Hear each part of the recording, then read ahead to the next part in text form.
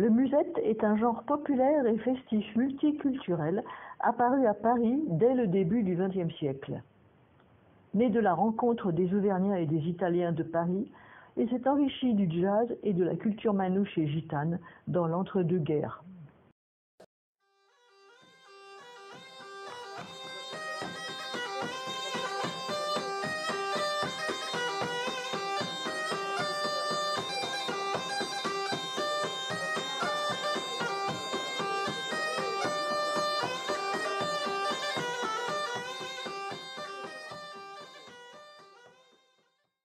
C'est au XIXe siècle que les premiers Auvergnats viennent tenter leur chance à Paris.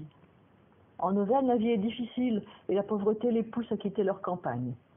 Ils s'installent en grand nombre dans le 11e arrondissement et exercent des métiers durs, comme livreurs de charbon ou d'eau chaude dans les maisons bourgeoises. D'autres sont ferrailleurs, livreurs de lait ou encore garçons du café.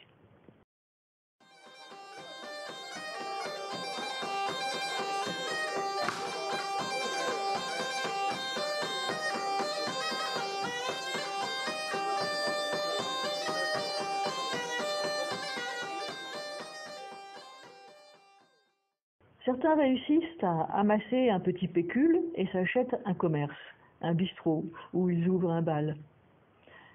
C'est le début de ce qu'on appelle les bals de famille. On se retrouve entre familles compatriotes pour danser la bourrée, au son de la cabrette, la cornemuse d'Auvergne qu'on appelle aussi la musette.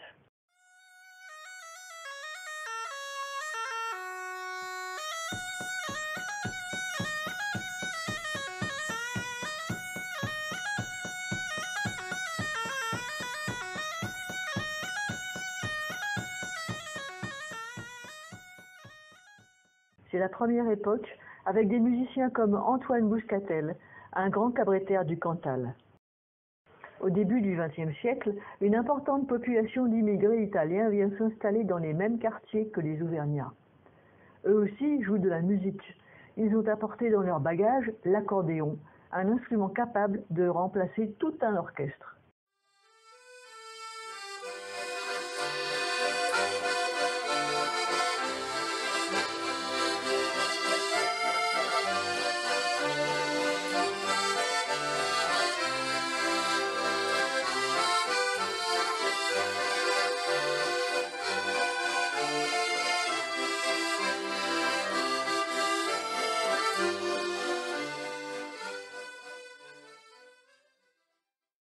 Auvergnats et Italiens se rencontrent et s'opposent, car l'accordéon supplante la cabrette par son volume sonore et ses capacités musicales.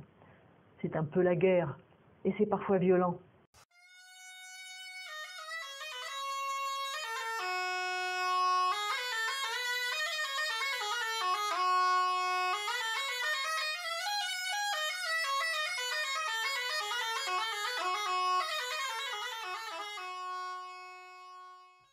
Un jour pourtant, dans le bal d'Antoine Bouscatel, se présente un jeune accordéoniste italien du nom de Charles Pégury. Il demande à accompagner la cabrette et Bouscatel accepte. Le public des danseurs est enchanté. Le mariage des sons des deux instruments est salué par des tonnerres d'applaudissements. Bouscatel décide alors de garder Charlot dans son orchestre. C'est le véritable départ du genre musette et il ne pourra plus jamais se passer de l'accordéon.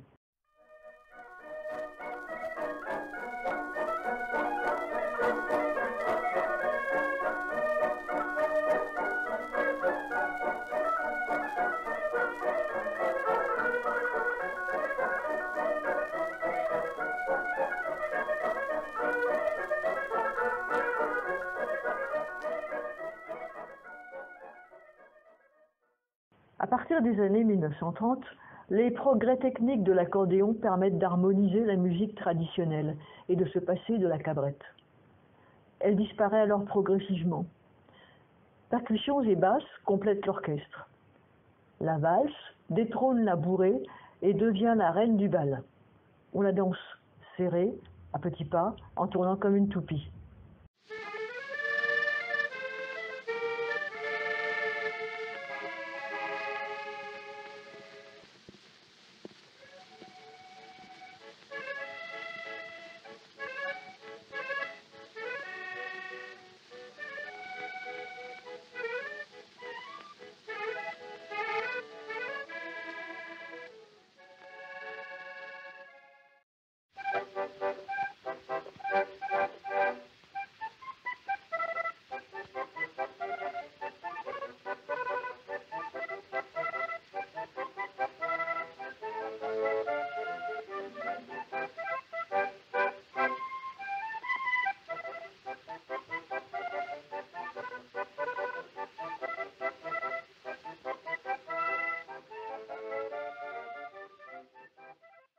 L'âge d'or du musette se situe dans les années 1920-1940, entre les deux guerres.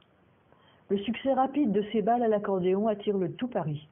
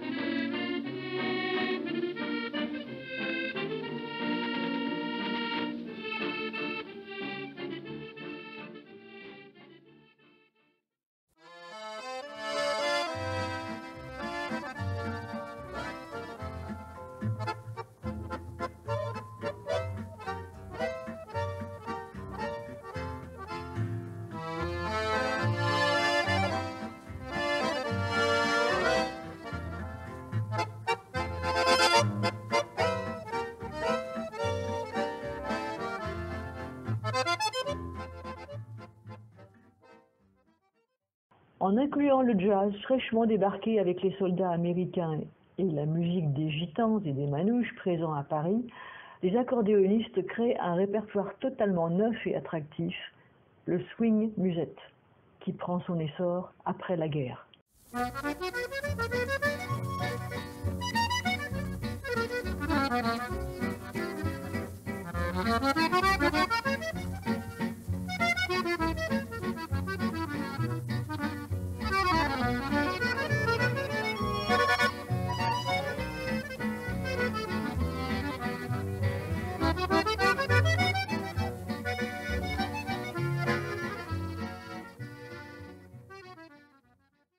Les bals musettes se multiplient dans le quartier de la Bastille et principalement dans la rue de Lappe, où il y en avait 17. C'est là que naît le célèbre bal à Jo, tenu par un certain Jo France. Dans les bals musettes, la clientèle n'est pas très sélecte. C'est souvent là que viennent rôder voyous et truands, proxénètes et prostituées. Il y a aussi des ouvriers venus se distraire et des bourgeois venus s'encanailler. La grande dame de la chanson réaliste, Schréel, vient y chanter, tout comme d'autres artistes de l'époque.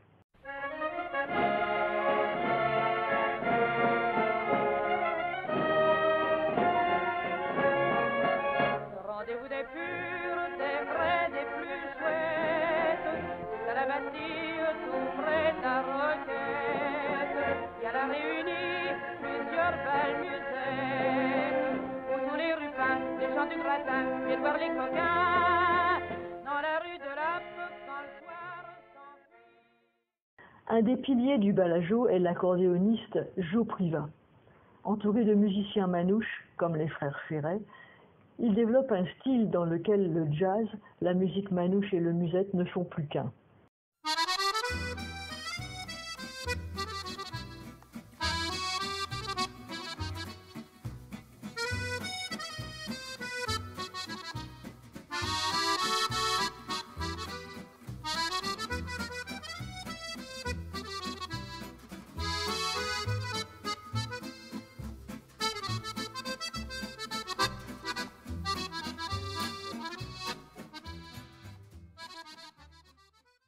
Dans la proche banlieue de Paris, le long de la Seine et de la Marne, s'ouvrent les guinguettes, des cabarets et restaurants avec bal musette.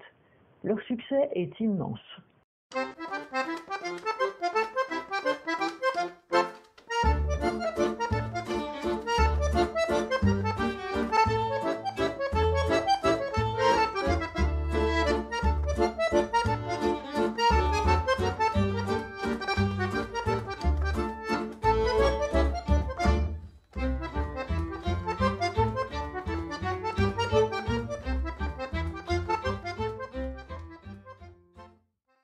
Et si la clientèle est la même que celle des bals musettes, elle est plus variée le samedi et le dimanche.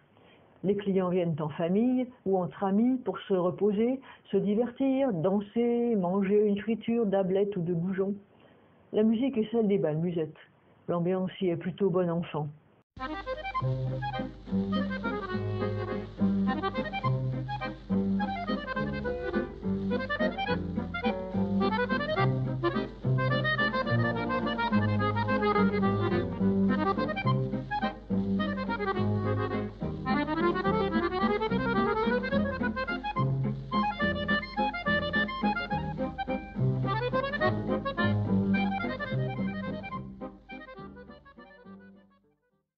Dans les années 55-60, avec le déferlement du rock'n'roll et ses rythmes à 4 temps, les danses musettes sont à 3 temps, l'attrait pour le musette décline. Les accordéonistes vedettes de cette période ont standardisé et rendu commercial le répertoire en l'habillant de flonflons et de paillettes. Avec leur jeu technique et virtuose, le musette perd son âme. L'accordéon devient un instrument méprisé. Il mettra des décennies à s'en remettre. Il faut attendre les années 70 et le mouvement folk pour voir l'accordéon redevenir un instrument respectable, puis son retour dans la chanson des années 80 avec Jacques Higelin, Renaud, la Mano Negra et les musiques actuelles et aussi dans le jazz.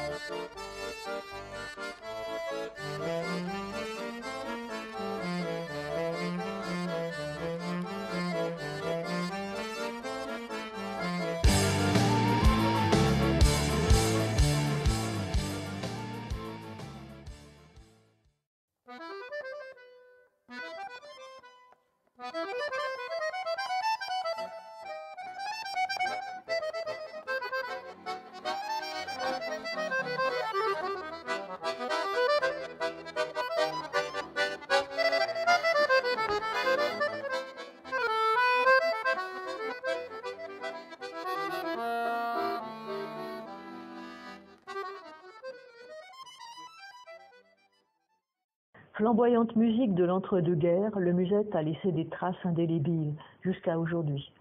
Jazz, chansons, répertoire de bal, musique traditionnelle en sont toujours imprégnés. Le musette reste une belle aventure musicale. La mélodie de fond du soir d'un café. Écoutez, c'est le blues du coin, le bus, il joue du bigno comme fait battre. De chansons pucelles aux ailes déployées. Ramon la albatros, piquet, tramon, papier, le cap et la falaise, balèze. J'ai goûté Montalbanaise, une envolée de bleu. Voyagement de vigueur, viseur au cœur du cœur seul. Un cloche puis cigarette, une bouffée volée, yeah, au moment de la postérité. Allez, vas-y, va chaloupe ta mélopée, ma chanson de café.